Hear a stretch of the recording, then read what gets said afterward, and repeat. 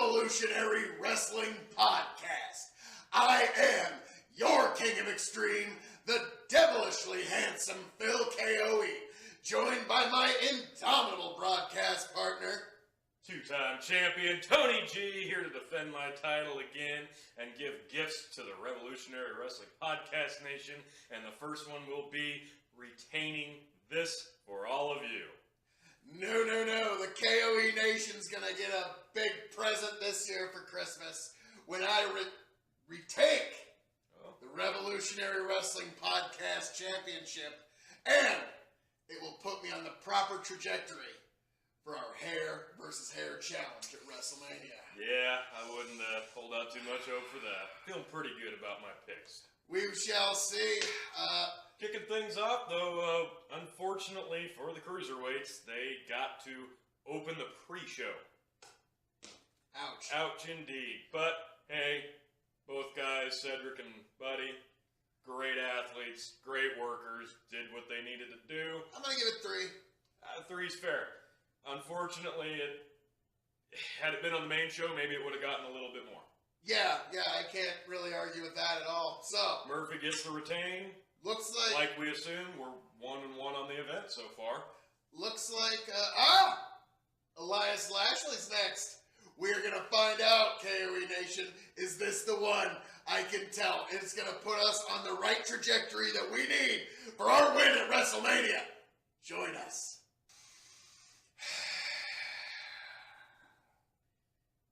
Merry Christmas, everyone. Bah humbug! The winner of this coal miner's guitar match, Elias! Who doesn't want to walk with Elias? With Elias, true. You give him tonight. Not tonight. You're champ. Bobby, you screwed me over again. What are you gonna learn?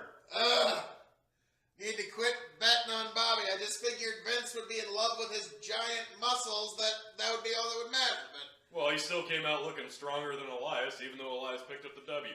Just like I said. Just like the opposite of how I said it was going to go down. So, ho ho ho! Looks like in this year, Phil KOE will be unable to achieve championship glory again until Royal Rumble in January, where I will capture the championship. I mean, it's got to suck that you've already lost the title retaining on the pre-show. Because at best he can tie me now, because inexplicably, Becky that always lets you down, you picked her too. The man is going to give me at least the moral victory of a tie. So we shall see. So, Elias, KOE Nation, sorry you got the pre-show. My apologies to you, but I'm just saving all of the good predictions for WrestleMania. So, what do you got for this one? How do you rate it? -6 star. No, I'm yeah. kidding.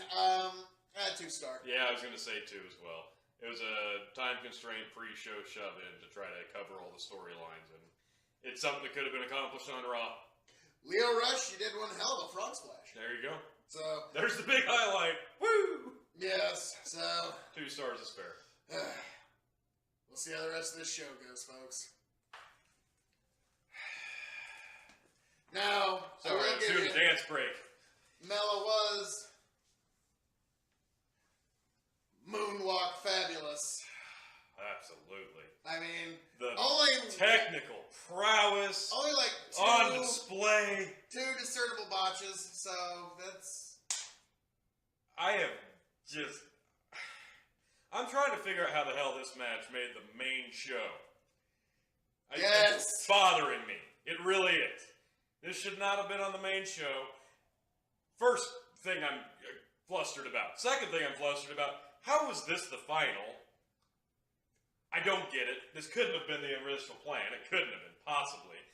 Either way, Carmella and Truth, congratulations. You're entrant number 3-0 in your respective Rumble matches. Hopefully Truth comes out in the women's, because that'll be the only good payoff. That would be funny.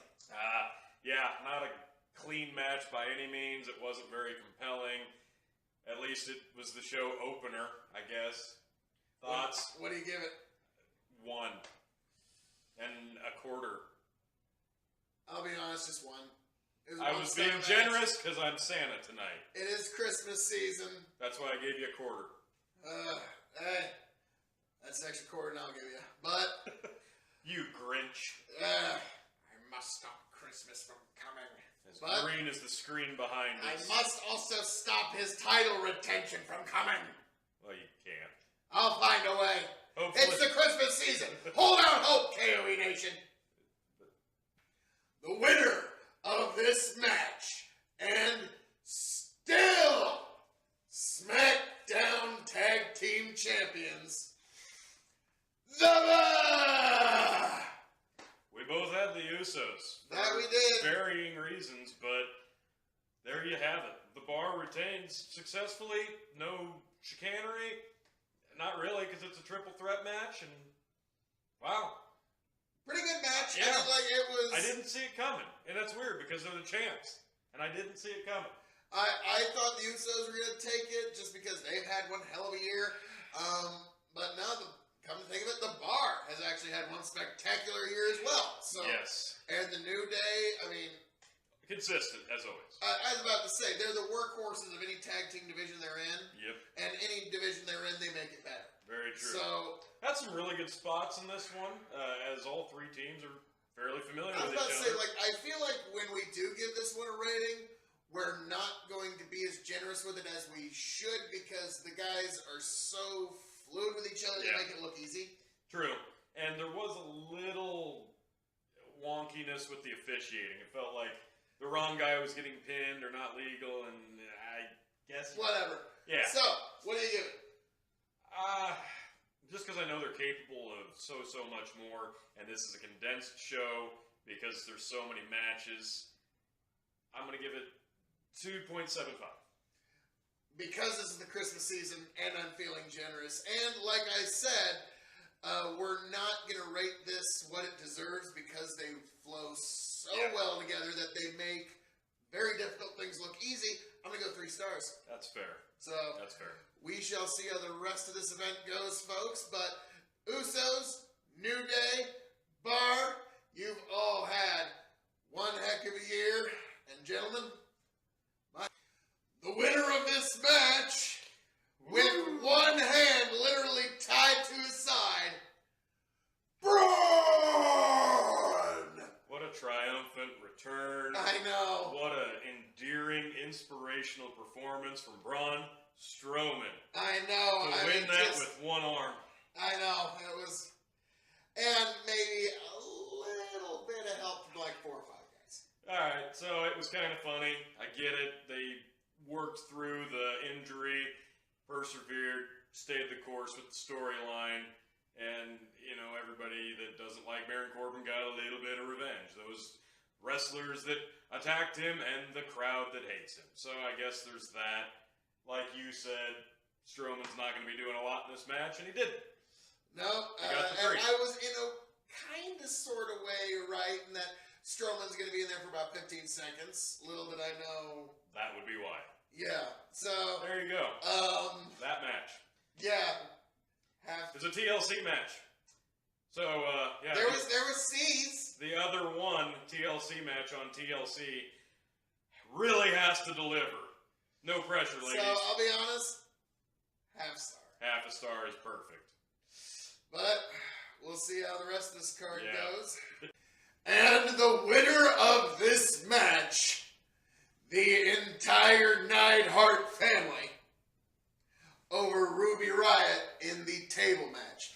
I'll be honest, could have done without the pictures on the tables.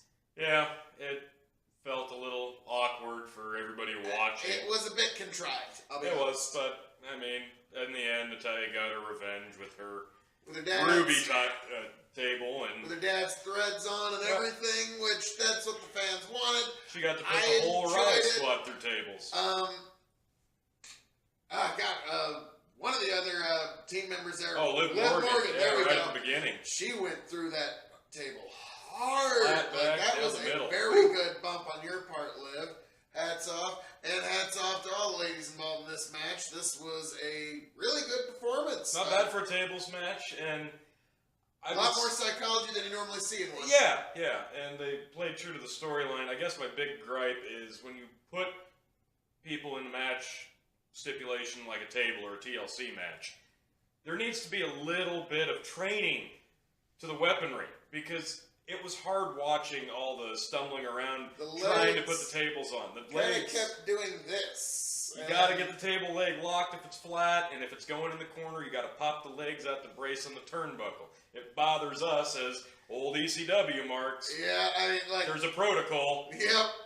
I mean, let's be honest, that's something that any of the workers in the ECW tables would have done. Don't you dare get that wrong, that's your crash pad. Exactly. All that being said, yeah, the spots were good.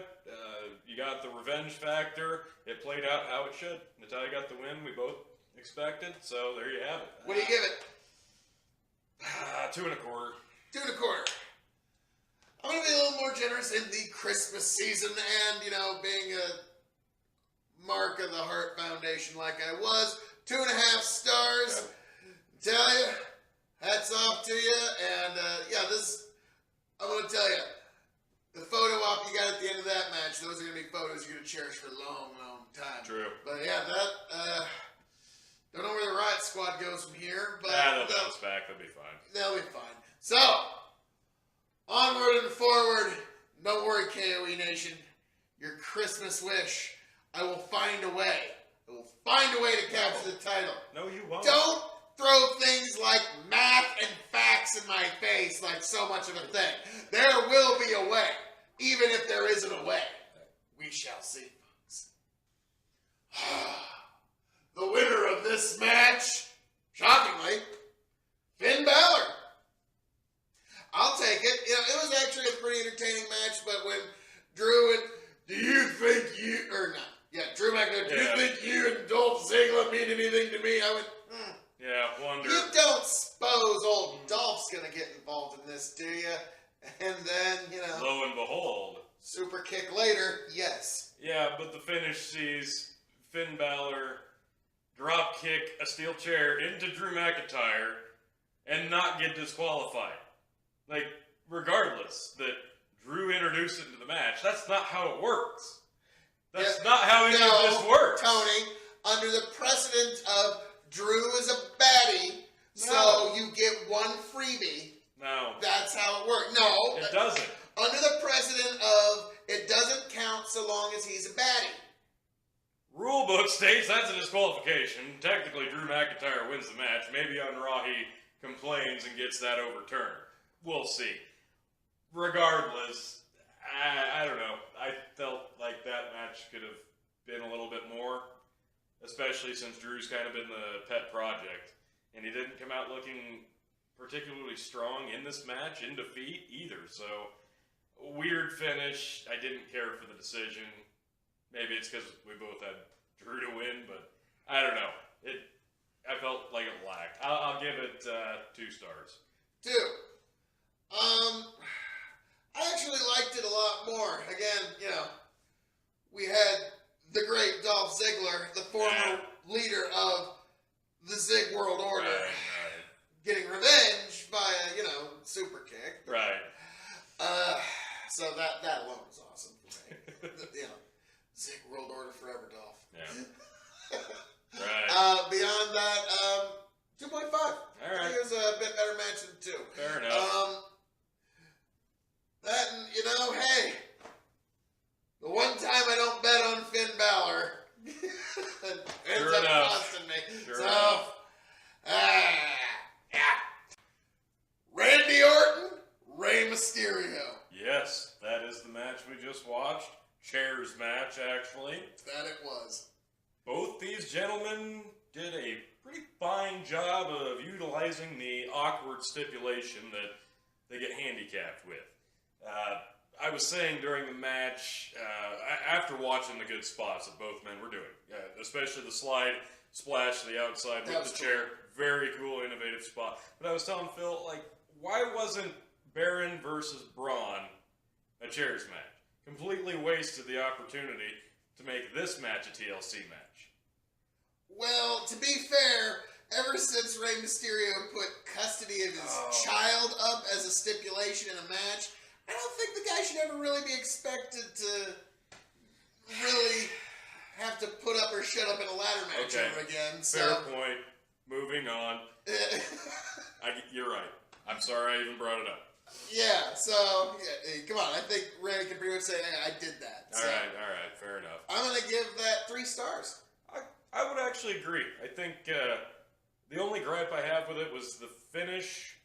While the execution was a little lacking, it was interesting, it was sudden, and it was cool to see Ray pick up the win. Yes. So it almost turned into a botch, and they would have had to work up something on the fly, but they saved it.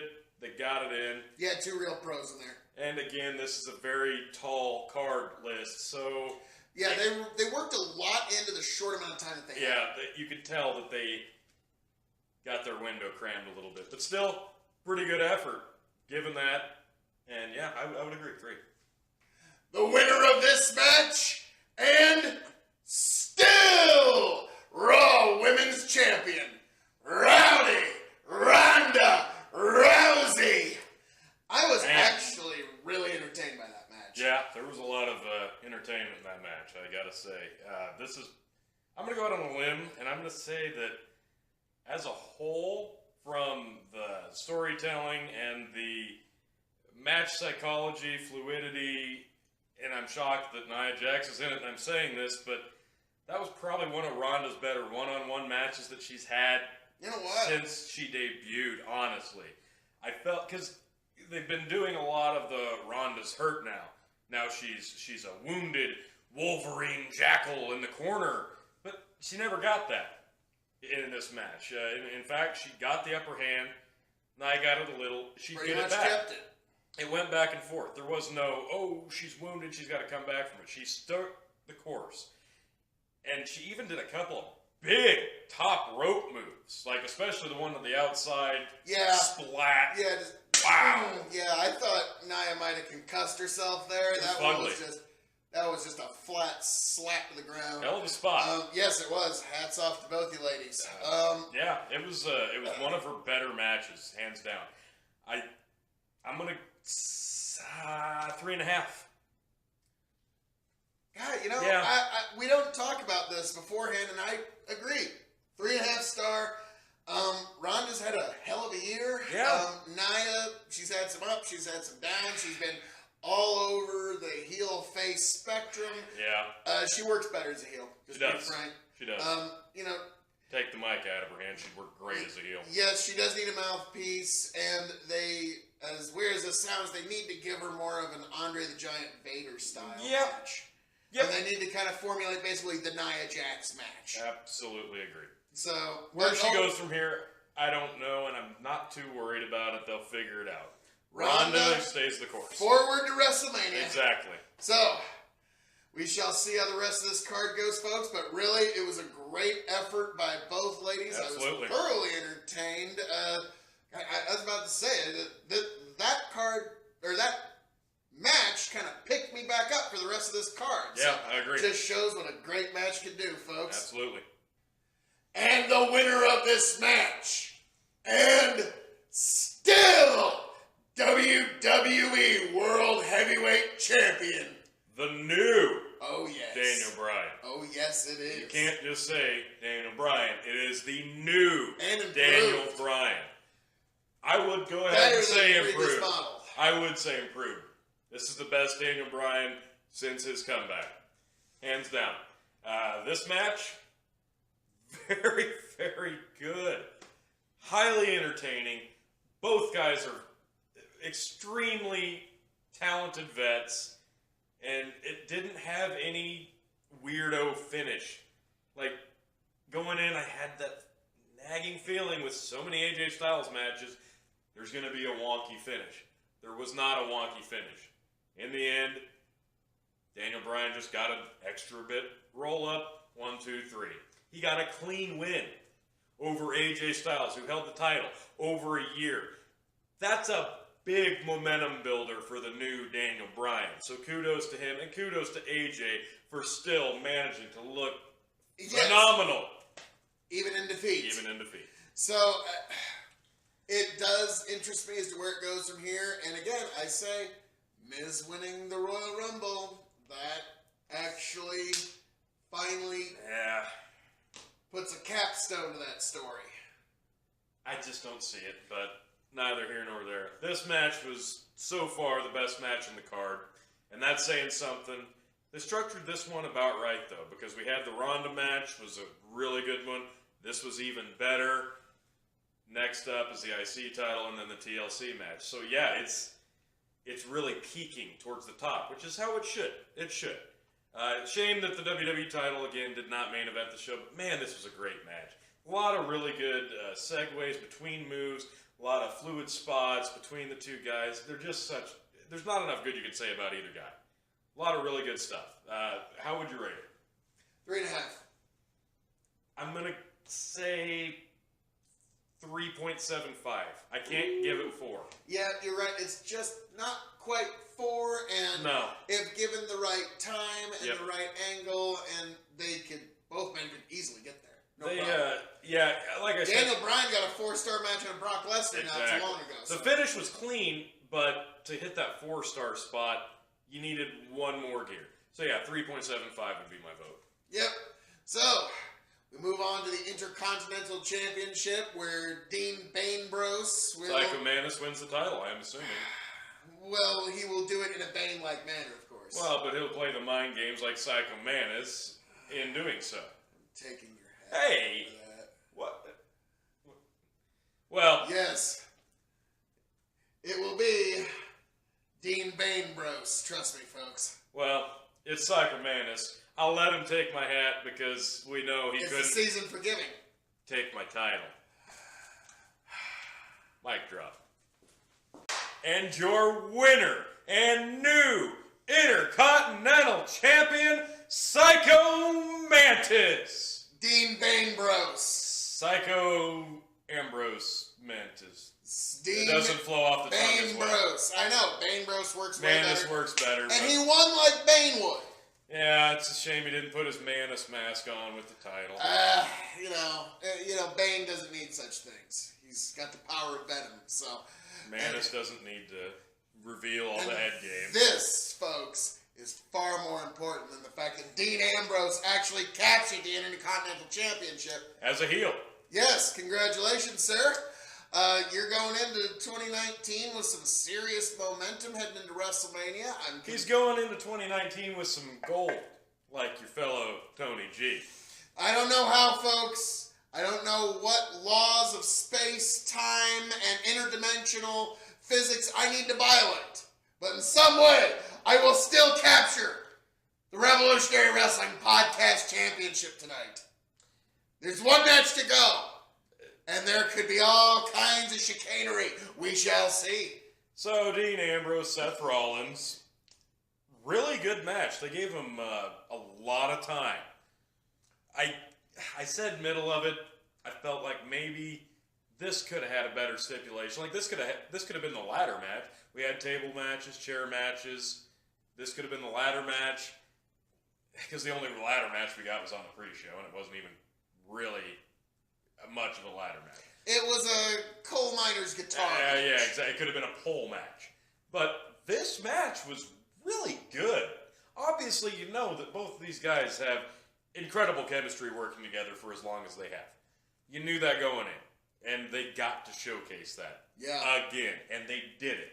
Fluidly. Dean Ambrose's finish came bam out of nowhere. Yep. Nobody saw it coming. And even I said, is he going to kick out of this? Nope. Didn't. Clean. Won. Boom. New IC champ. So, champ, what do you give this championship match? You know, I'm going to give it 3.75. Yeah, I'm going to have to stick with 3.5. It was a good match, but like you said, there was just another gear it needed to shift, like you said, for other matches tonight. It was right there on the edge, too. Mm-hmm. And you're right. Right there. It could have easily gotten to 4-star territory with just a little more time. A little more time to caramelize, if you will, to use a cooking reference. Had there not been another massive match coming up next, and this been the main event, it would have hit that gear. Yep. It was right there. They would have totally given them all the time they needed. And so, actually wouldn't mind seeing these two in a rematch going forward with some kind of stipulation. Sure. Seth usually kind of avoids the stipulations. He does. But I wish I saw Dean in more stipulation matches. Yeah. It's his niche. He's the kind of guy that you'd almost want to bring back the hardcore title for, but I've said that many times. You can say we're dreamers, but hey, we're obviously not the only ones. So, we shall see how Next this up, main event goes. Becky. The real only TLC match. The man, Becky. We'll see if she proves me right, and I can take a moral victory and also see if by some chicanery or some violation of the basic laws of physics, I end up with the Revolutionary Wrestling Podcast Championship. Uh-huh. We shall see, folks. And the winner of this match, and new SmackDown Women's Champion, Asuka. Just like the champ said it would be. The Empress of tomorrow is the Empress of today. And my stubbornness of sticking with Becky once again Costs you at least a tie. Yes, And cost I me get moral victory. The full retains heading into 2019. Congratulations, Asuka. Don't for worry, folks. Finally getting the gold on the main roster. Finally arrived.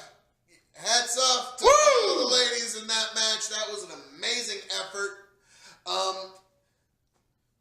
Sorry. Charlotte, you didn't have to take half the risks you did. I mean, No, she didn't. But it was an amazing match.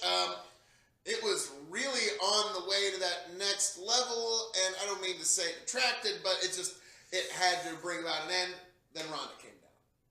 I would agree, because had they just intertwined the triple threat for another 2-3 minutes, Ronda did kind of detract from the entire outcome, I guess. And it does make us wonder, is she doing a heel turn now? I don't think so.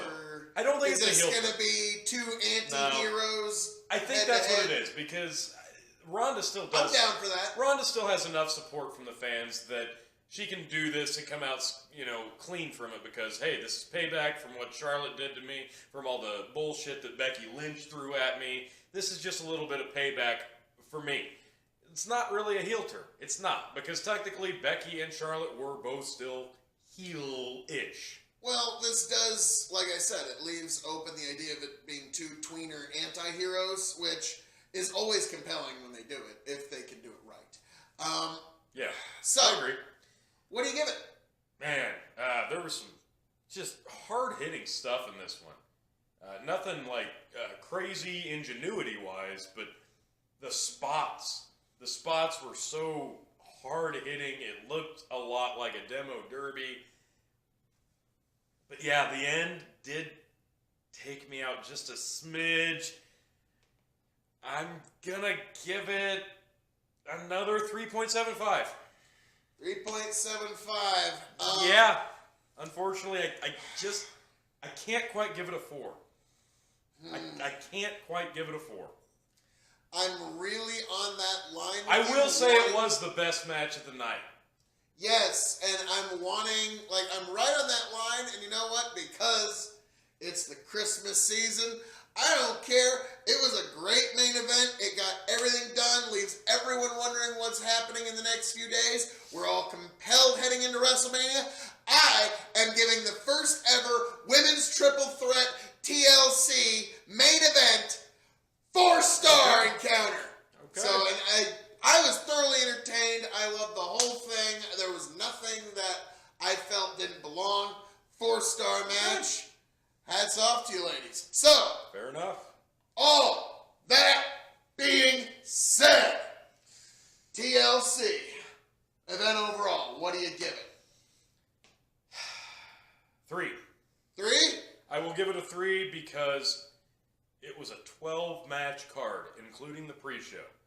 There were stipulations signed to matches that should have been assigned to other matches. There were missed opportunities for stipulations.